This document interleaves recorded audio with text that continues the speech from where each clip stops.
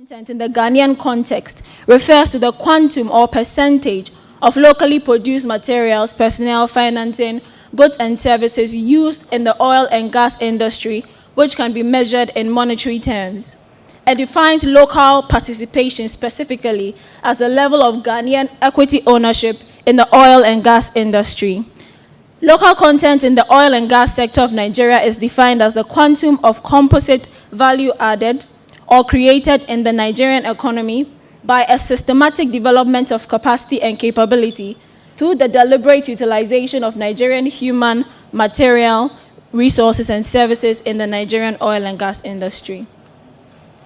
Now, there are certain nuances in local content or defining local content that I would like to draw out. The first one is between these two terms, local content and local participation. Usually in the local content policies, local participation is subsumed under the broad context of local content, but would like to define them as two distinct concepts, where local content specifically refers to the goods that using domestic goods from the domestic economy, whereas local participation is focused on ownership, which is usually through equity.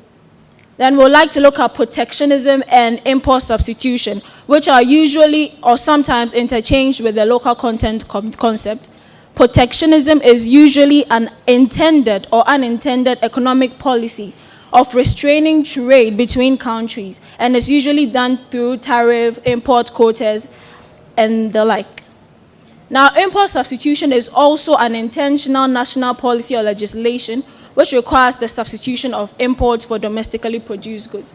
Another term that is usually thought of as the extreme form of local content is indigenization. And it is a national policy or legislation which deliberately involves citizens of a particular country in the economic activities of that country.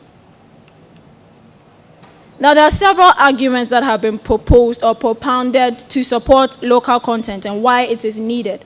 One is the economic benefit argument, which says that the countries with local content requirements have larger GDP on average and depend less on trade and investment as a state, as a share of GDP.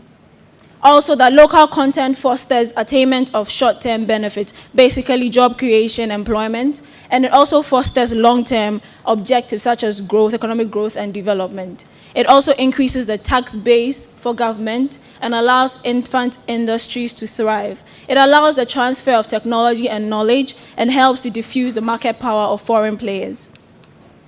Now, there are also arguments that have been propounded against local content. First of all is that it reduces international competitiveness of countries. It creates unnecessary delays and raises the cost of product. It undermines economic diversification, and inefficiencies in the allocation of resources when it comes to implementing local content policies actually works against comparative advantage. And then usually the industries that are built up using local content policies are unable to survive without government support. And the LCPs also introduce distortions in trade. Now, there are studies that have suggested alternatives to local content policies. The thing with these alternatives is that it requires high commitment on the part of government, and it's usually use benefits over the long term. One of it is promoting a business-friendly environment. The second is investing in education and training. The third is improving logistics, and this basically relates to trade facilitation, which will boost merchandise imports and improve growth rate. Now, the main purpose for this study is that in Ghana currently, there's been a motivation to actually apply distinct local content policies to several sectors of the economy. And at this point, I'd like to explain distinct local content policies. Basically, it refers to a set of regulations or policies that are contained in a single comprehensive document that are targeted for particular sectors of the economy. That's what we refer to as distinct local content policies in this study. Now, in Ghana, we have local content being implemented in the oil and gas sector, as well as in the mining sectors. And it has been existing in our trade and investment laws. However, the implementation has not been full stream, or it hasn't been without issues. Some of the issues in the oil and gas sector concerning local content include inadequate local capacity, and there's a focus on content level, sometimes above the actual capabilities that are being developed. There's a lot of fronting, and there's inadequate monitoring and evaluation. So this study sought to examine the motivation for applying such distinct local content policies to various sectors of the economy. We sought to assess the successes and challenges of comparator countries who are also applying local content in several sectors of the economy. And basically, we sought to extricate the key thematic issues that we found across all sectors in the implementation of these policies. And the main idea was to draw out key lessons and recommendations that can benefit Ghana in our adoption of local content policies. The methodology we used was mainly a qualitative one, and we adopted personal interviews with key stakeholders, as well as the use of secondary data. And we conducted a comparative analysis across 8 countries, as has been shared. Now, the comparator countries were selected based on the commonality of the economic sectors, based on the existence of local content policies, both distinct and otherwise, in sectors of the economy, as well as based on the position of the country in relation to the global industry. Now, we had some challenges and limitations with this study, and most of it was based on the paucity or lack of information, or even the sparse nature of data on local content, because you realize that without that data, it's quite difficult to tell the impacts that local content is having on the larger economy, especially because we do not even have year-on-year data concerning local content with which we can track the impact. Now, we want to have a general outlook or a general overview of how local content looks like in Ghana in particular. In Ghana, local content requirements have been present in many forms for years now. In the minerals and mining laws, it's been present since 1986. And is also present in the Minerals and Mining Act 703. It's been present in Trade and Investment Law since 1992. Now, the local content requirements, the main legislative documents that we have include the Public Procurement Authority Act, the GIPC Act, the Petroleum LI 2204, the Minerals and Mining Act, as well as the Minerals and Mining General Regulations. Now, most of the local content requirements or provisions in these legislative documents usually offer preferential treatment for locals, and they also make for local participation of Ghanaians in foreign businesses. Now, it's quite interesting to note that in the local content document, it's only in the LI 2204 for the petroleum sector that the term local content is clearly defined. In general, local content requirements in the legislative documents cover building industrial capacity through equity participation, local procurement of goods and services, as well as employment and training. We sought to understand the method or the manner by which sectors are targeted for local content application in Ghana, as well as in the countries that we studied. And we realized that there is no particular laid-down procedure for targeting certain sectors of the economy for application of local content. However, in Ghana currently, as has been shared, there's the idea of having a local content document that mainstreams local content across sectors of the economy. And according to the AGI, certain possible targeted sectors in the interim include the power sector, and I believe we've seen the draft document for the power sector, agriculture, cosmetics, pharmaceuticals. And the main criterion for choosing these sectors is the high demand for products within these sectors, as well as the high potential for growth. Now, we want to talk about local content and foreign investment in Ghana. The main body for promoting foreign investment in Ghana is the Ghana Investment Promotion Center. And according to their act, which is the Act 865, basically what they try to do is to have a minimum capital requirement that will motivate foreign investors to come in and have local partners. So if you look at the wholly foreign-owned businesses, the minimum capital requirement is $500,000. But for the foreign investor that chooses to come in and have a local partner, the minimum capital requirement is $200,000. Now, for $200,000, you are mandated to have 10% local participation. Now, for foreign foreign-owned countries, wholly foreign-owned in trade, the minimum capital requirement is $1 million, and you are required to have a minimum of 20 skilled Ghanaians employed. Now, talking about expatriate quota stated in the GIPC Act, there are ranges for the paid-up capital, and each range has a specified number of expatriates that we are to bring in. So for the lowest range, which is the 50,000 to 250,000, you are allowed 1 expatriate. And for the highest range, which is above $700,000, you are allowed 4 expatriates.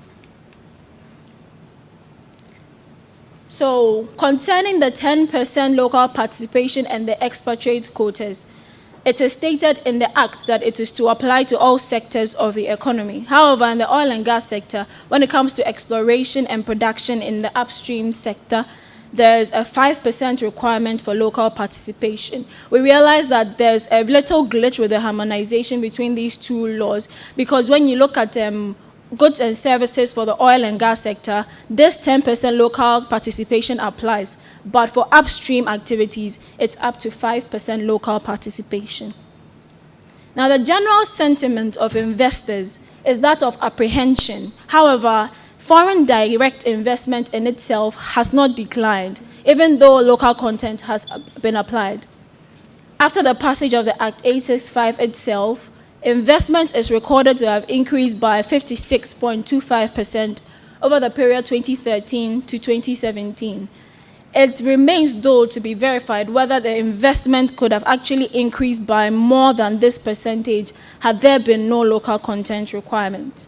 Now, the increase in investment, the quantum of investment actually, is not necessarily seen to have been translated directly into appropriate linkages with the economy.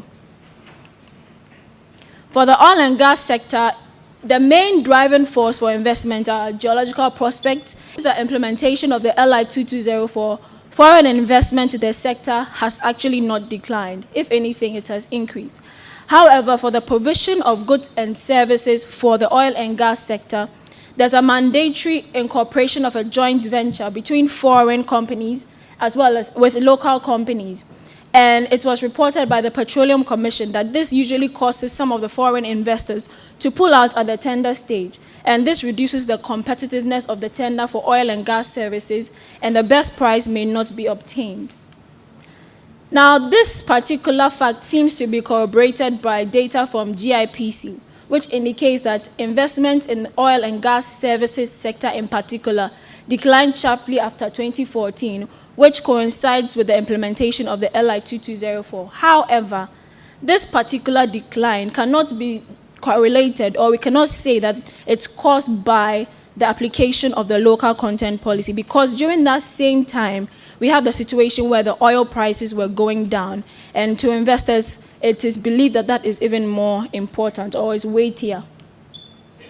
Now, we would like to move into the sectoral and comparative analysis. We'll start with local content in mining, and we'll look at Botswana, Zambia, Zimbabwe, and Ghana. Across these 4 countries, we try to look at the legal framework that guides local content application within the mining sector. You realize that for Botswana and Ghana, there's no distinct local content policy, that is guiding the mining sector. For Zambia and Zimbabwe, they have interesting and extreme conditions where they have the Citizens Empowerment Act for Zambia and the Indigenization Act for Zimbabwe. Now, the other acts in Botswana are the Mines and Minerals Act, the Competition Act, the Procurement Act, and Botswana has an economic diversification drive. Now, that was a very strategic document because it contained the strategy that Botswana was going to use to diversify its economy, particularly away from mining. And because of that, it gave Botswana a totally different approach to applying local content in its mining sector. For Zambia, there's local content requirements in the Mines and Minerals Act, the statutory instrument, as well as in the Mineral Resources Development Policy. For Zimbabwe, mainly the local content framework is contained in the Indigenization Act, and there's an emphasis on the mining sector in this Indigenization Act. They also have a Mines and Minerals Act and a Finance Act, which contains local content requirements. In Ghana, the local content requirements are contained in the Minerals and Mining Act, the Minerals and Mining Regulations. Now, the forms of local content, as has been said with Botswana, given their strategy for the economic diversification drive, they chose to focus strategically on value addition in mining. So they focused on the cutting and polishing of diamonds, and they made quick gains. They focused on making quick gains in the mining of diamonds. Their economic diversification drive contained a JV requirement, a joint venture requirement, which says that there has to be 15% of local processing in the cutting and polishing of diamonds. They also allow preferential treatment for goods and services, and they give exclusive mining rights for locals in the mining industry. For Zambia, they enforce the Citizens Economic Empowerment Act, and this is to target companies, local companies that are wholly owned, wholly empowered, or influenced by citizens, And small-scale mining in Zambia is reserved only for citizens. There's preferential treatment for local goods and services that are sourced in Zambia, and they allow for training programs for locals. In Zimbabwe, the Indigenization Act focuses on increasing the participation of Zimbabweans in the mining industry. There's a key focus on local participation, up to 51% for locals, and locals are to have a controlling stake in foreign-owned companies. In Ghana, the local content policy for the mining sector focuses on training and employment of Ghanaians towards the eventual replacement of expatriates. And there's a preference for locally manufactured goods and services, and small-scale mining is reserved for Ghanaian citizens. Now we want to discuss the successes and challenges in the implementation of local content in the mining sector of these countries. Now you'd realize that with Botswana, because of their high focus on local content in value addition, particularly cutting and processing of diamonds, they achieved a high degree of localization in diamond cutting and processing and polishing. They have up to 16 local cutting and polishing firms or factories, and up to 97% of local employees at Debswana. Debswana was a joint venture that was formed between De Beers, which was an important local diamond manufacturing company. And 97% of the employees employed by Debswana are Botswana. Now, 46% of the value that comes in from cutting and polishing diamonds actually goes to locals in Botswana. Now, they've been able to establish also a diamond hub, a technology park, a diamond office, and they've been successful in transferring technology. For Zambia, we realize that there is no legal definition at all for local content. In the implementation of their Citizens Empowerment Act, low levels of local linkages have been realized. It is reported that the local suppliers engage in such low-value activities that it's such a high cost to investors. Because of that, they are noted to be highly uncompetitive. And a key thing about Zambia was that local content policies are more often than not offset by other government policies, especially in concerning taxes and importing of capital goods. And the locally owned companies have become increasingly marginalized in Zambia. For Zimbabwe, given their Indigenization Act, only one company has been able to comply with a 51% local participation, and even in that case, it is a matter of the forfeiture of the dividend streams that are to accrue to that company so that they are able to pay for their stake in the company. There's a lack of institutional capacity in Zimbabwe for actually implementing the Indigenization Act, and the government is unable to compensate foreign companies for the shares that have been ceded to locals.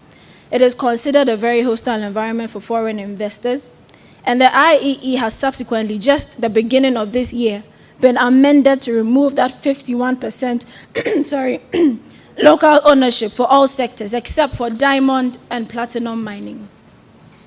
In Ghana, it has been considered that for the mining sector, there's insufficient integration of mining into the local economy itself, and not much not much attention has been given to value addition in particular, unlike the case of Botswana, where the focus was mainly on value addition. One main thing that is complained about in the mining sector is the inadequate capacity of firms, local firms. Now, even though this argument has been made that the magnitude of backward linkages are unclear, there are a number of mining and equipment service companies that employ Ghanaians, and up to 20% of the aggregate spend on local purchases in 2008, it came from locals, and 73% of local content purchases. The target was achieved in 2015. Now we'll like to look at the oil and gas sector, and we'll look at Nigeria, Brazil, and Ghana. The legal framework for local content in the oil and gas sector of these three countries. In Nigeria, we have the Nigerian Oil and Gas Industry Content Development Act. For Brazil, we have a unique situation where local content is part of the competitive bidding process and is kept as a requirement for the award of contracts. So there are benchmarks contained within the model concession contract that allow for certain local content targets to be met. In Ghana, local content in the petroleum sector is guided by the Local Content and Local Participation Regulation, the LI 2204. Now, the forms of local content for the oil and gas sector is to increase indigenous participation for Nigeria, to increase employment, and for the domiciliation of oil and gas activity. The local content policy for Nigeria contains very detailed local content targets. In Brazil, the main focus is on preferential treatment for local goods and services, and there's a mandatory technology transfer of 1% of gross revenue, and it must be spent on research and development and direct investment in technological innovation. For Ghana, the requirements are for local participation through equity ownership, and there's a demand for 5% in exploration and production. There's local procurement requirements for employment, transfer of skills, and the transfer of technology, as well as research and development. Now, concerning the implementation, in Nigeria, they have had some successes. 10% of total oil production in Nigeria comes from local companies within Nigeria, and fabrication is actually the most developed manufacturing area. And 87% of total oil contracts are won by indigenous oil companies. Now, concerning the challenges of implementation of local content in the oil and gas sector, you realize that the targets within the Nigerian law have been considered unattainable, basically due to inadequate capacity. And in fact, within the Nigerian law, even though they have a plethora of targets, there isn't really any defined time frame or timeline for achieving those targets. And in Nigeria as well, a key issue is corruption, which leads to the dilution of the quantity and quality of goods and services that are provided, and also a manipulation of the bidding processes for winning these contracts. In Brazil, what was happening was that concerning the successes, they experienced increase in the industrial sector and increase in capacity development. A number of research and development centers were also established. However, in Brazil, there was a lack of an implementation plan. There was no consideration of in-country capacity, and compliance came at a high cost because they had to buy from local producers who did not exactly have the adequate capacity. It made the cost of their goods and services higher, and there were heavy penalties for non-compliance, that's increasing the cost. The targets in Brazil were also considered unrealistic. In Ghana, it has been reported that there's been 200% increase in the number of indigenous oil and gas service companies for Ghana have been considered unrealistic and unattainable within the time frames that have been specified because, again, of inadequate technical and financial capacity and difficulty in obtaining requisite international certifications, among others. Now, I would like to look at local content in downstream oil and gas, and we'll compare the case of South Africa and Ghana. Now, South Africa has a very unique case, because in the case of South Africa, the main motivation or drive for the application of local content policies was to increase the participation of what they call historically disadvantaged South Africans. So they had a liquid fuels charter that had local content requirements for what we call downstream petroleum. They call it liquid fuels. And they had a broad-based Black Economic Empowerment Act. For Ghana, local content requirements for the downstream petroleum sector are contained in the National Petroleum Authority Act, and there's a draft local content policy, actually, for the petroleum downstream sector in Ghana. Forms of local content for South Africa, the elements were basically to increase ownership, 25% ownership by historically disadvantaged South Africans. There was management control requirements as well as capacity building. Compared to the Ghana case, the draft policy, there's 90% local content within 10 years of commencement of activities, 51% mandatory equity participation for locals, as well as 100% equity participation for goods and services. Also, there has to be 98% of local employment within 5 years. Now, the case of the downstream petroleum sector in Ghana is also quite unique, because without local content policies, we were able to increase local participation up to 70% ever since the establishment of the National Petroleum Authority through the Act. And concerning the challenges and successes of South Africa, they tested the level of compliance with their LFC and the BBBEE, and they noted that overall compliance level was between 62% and 70% for the LFC and BBBEE respectively, and most of the successful elements concern managerial control and ownership. However, the transformation within the sector was low, and the highly disadvantaged South African entrants, they struggled with putting their foot and increasing market share. Also, compliance in most other elements of the LFC and the BBBE were below 40%. For Ghana, given that the policy is still a draft, we note that from 2005, due to the deregulation regime, licensing requirements facilitated the attainment of 70% local content, as I said. Initially, there were 20 companies, but after the formulation of the Act, it has increased to 100. However, we note that the market share within the downstream petroleum sector is highly fragmented, and the general concerns with the draft policy are whether the local companies can over time be able to come together and optimally operate within that same sector that is having so many local players. We're looking at local content in construction now, and we consider Kenya, Nigeria, and Ghana. Now, the legal framework that concerns local content in Kenya and Nigeria they are contained in the Public Procurement Act. It's the same thing for Ghana as well. And for Ghana, we have gone ahead to draft local content laws, particularly for the construction sector. And the forms of local content across board have to do with preferential treatment for local goods. And the one in Kenya in particular is based on local participation.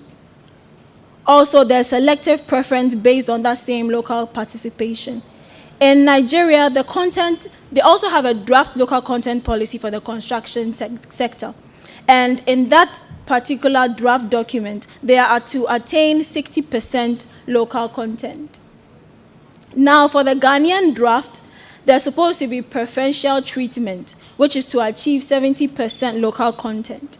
And there's a 10% margin of preference for domestic contractors. Now, the timelines are, within the first year, we should have achieved 15%, within the third year, 35%, and within the sixth year, the 70%. So there are 6 years to actually achieve the 70% local content that has been specified. Concerning the implementation successes and challenges, in Kenya, which has actually gone ahead to implement the law or the local content policy, we realize that there's limited financial capacity of local contractors. Therefore, they are not able to adequately participate in the activities of the construction sector. Now, for Nigeria and Ghana, because the policies are still draft, main concerns have been raised, and this bother mainly around the financial resources, raw materials, and services, For Nigeria in particular, there's a lack of clarity concerning the draft local content policy for the sector, and it has been said not to fully reflect the true characteristics of the Nigerian construction industry. Now we'll look at coastal and inland water trade, cabotage, for Nigeria, India, and Ghana. Now the legal framework in Nigeria, they have a Cabotage Act. In India is a Merchant Shipping Act. And in Ghana, we recently drafted a cabotage bill. For Nigeria, local participation requires that ships should be wholly owned, wholly manned, and wholly built in Nigeria. Ghana, in its draft local content policy, states the same thing, that the ship should be wholly owned, wholly manned, and wholly built in Ghana. The only exemptions are in the preference of inadequate local capacity. Now, for the implementation, we realize that in Nigeria, the cabotage policy has been weakly implemented, and after 13 years, there's still a strong presence of foreign vessels within Nigerian waters. For India, the cabotage policy was successful to a point. However, there was still a domination of foreign players in Indian waters. So in 2011, the Indian Parliament actually relaxed the cabotage laws to allow foreign vessels back into Indian waters. Now, given these experiences, there are critical considerations for the cabotage policy that Ghana has brought up, including if there are enough shipbuilders, if we have the shipbuilding yards, and if there was a capacity audit that considered all these things before this policy was drafted. Now we'll discuss the key thematic issues that were drawn out of these comparative studies. The first one is ownership versus content development. In all the countries, among all the countries studied, we realized that there's a key inclination towards local participation, except for Botswana.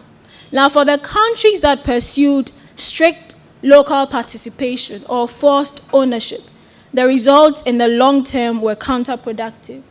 For Zimbabwe, over the years from 2007 to 2016, only one company, the Blanket Mine, was able to comply with a 51% local participation requirement. And in Zambia, the CEE Act was not able to be implemented because the sector codes that were even to go with the act were not finalized. In South Africa, because of a focus on local participation, it undermined the application of local content, the elements of local content. In Nigeria, coastal shipping was dominated by foreign players, even despite local content policies. And very little progress across countries has been achieved in attaining local participation levels. However, where ownership was not the focus, quick gains were made. Now, this brings us to the very key question. Can we actually achieve local content participation if we do not have adequate capacity? Now, a critical prerequisite for achieving local participation with all the percentages that were mentioned from 51%, 5%, 10%, the underlying factor has to be an existence of in-country capacity to a certain extent in terms of financial resources, in terms of skill, technology, and infrastructure. In most of the countries studied, as I said earlier on, local participation was undermined because of inadequate capacity. In Nigeria, it was limited capacity for shipbuilding. In Kenya, it was lack of financial capacity that rendered construction firms uncompetitive. In India, it was limited capacity, and in Ghana as well, for oil and gas, as well as for mining, it's been limited financial and technical capacity. So we realized that in pursuing local participation in particular, without adequate attention to in-country capacity, you may have two results. The first one being that you would have a foreign-dominated industry, even though there are local content requirements present. The second one is that you may have industries that are actually dominated by local players, but they may be uncompetitive. Now, to attain true participation or ownership, there's a need to ensure adequate evaluation of existing local capacity and to take the opportunity to build on that local capacity that already exists. In that case, we talk about capacity audit. In our studies across all the countries studied, we realized that a key thing that was quite missing starkly was capacity audit. At best, what you'd have is a stakeholder consultation prior to the formulation of the local content policies, but detailed in-depth capacity audits were not conducted. Now, capacity audits provide information on already existing capacity and that which is required, and they allow for attainment of measurable targets. Lack of or inadequate capacity auditing prior to formulating local content policies actually leads to the setting of unrealistic targets, as we've seen across the countries. For Nigeria, Brazil, and Ghana in upstream oil and gas, some local content levels were actually reported to be unattainable within the time frame. And across all the countries studied as well, as I said, there's no comprehensive framework that is ensuring that these capacity audits are done.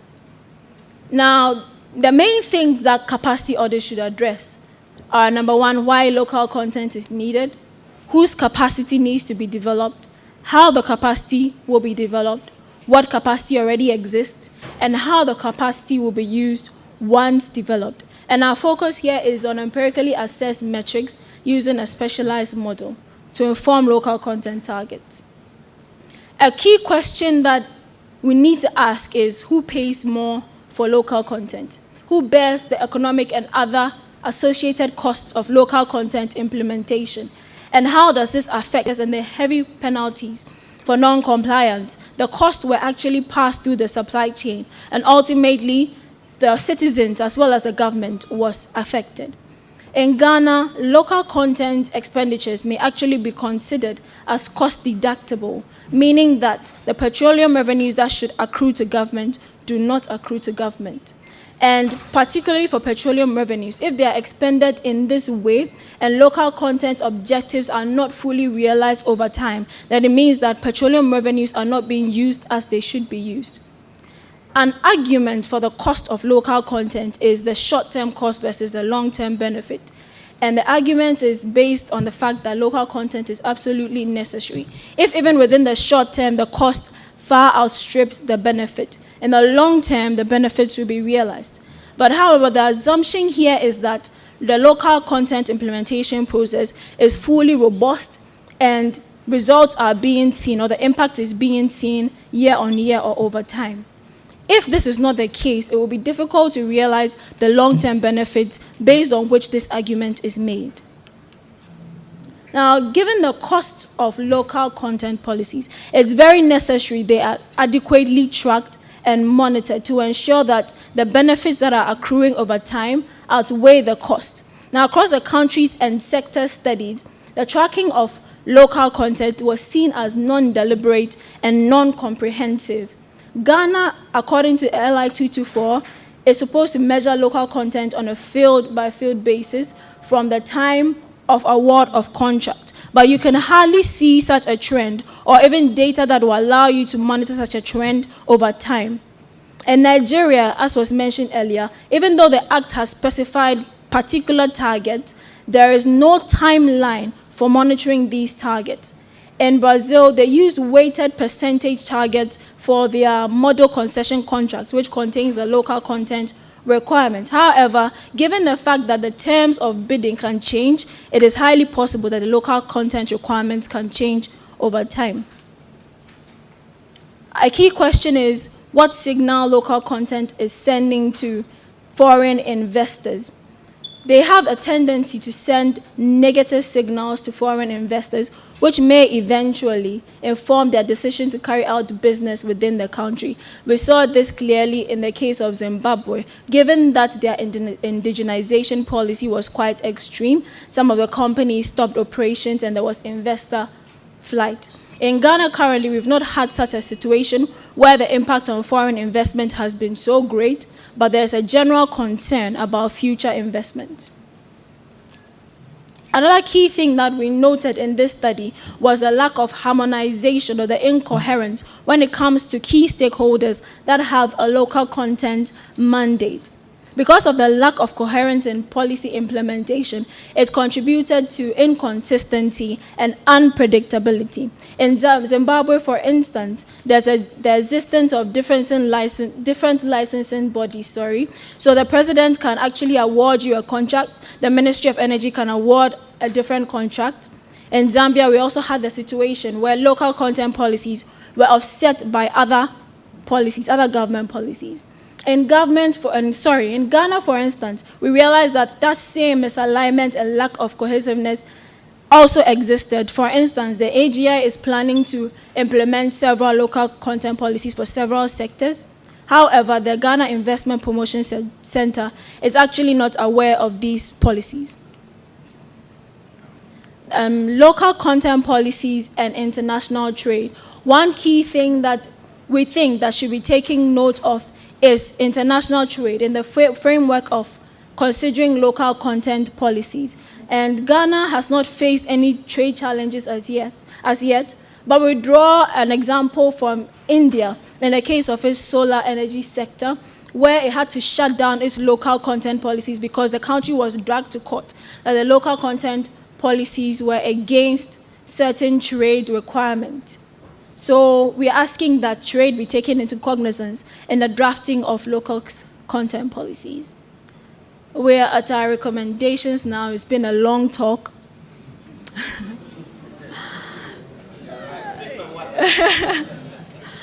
Our recommendations.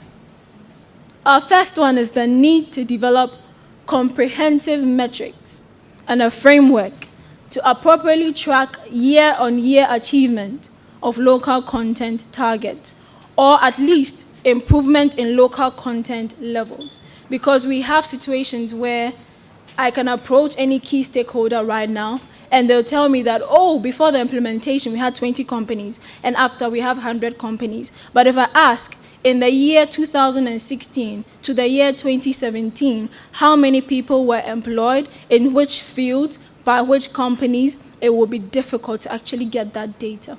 So we need to bolster monitoring of both local entrepreneurs as well as foreign investors in light of the local content partnership, and this is mainly to ensure compliance. There's a need to invest into the design of a capacity audit system that would, first of all, give information about the sectors of the economy before local content is applied to those sectors. We are requesting for a cost-benefit analysis of local content so far to attest whether the benefits outweigh the costs and whether the government or the citizens should continue bearing those costs. Another key thing that we find very important, especially drawing from the experience of Botswana, is that local content needs to be guided by a long-term development strategy. This will inform the sectors that are targeted for local content implementation. It will help us identify the critical gaps that needs to be filled without jeopardizing our comparative advantage.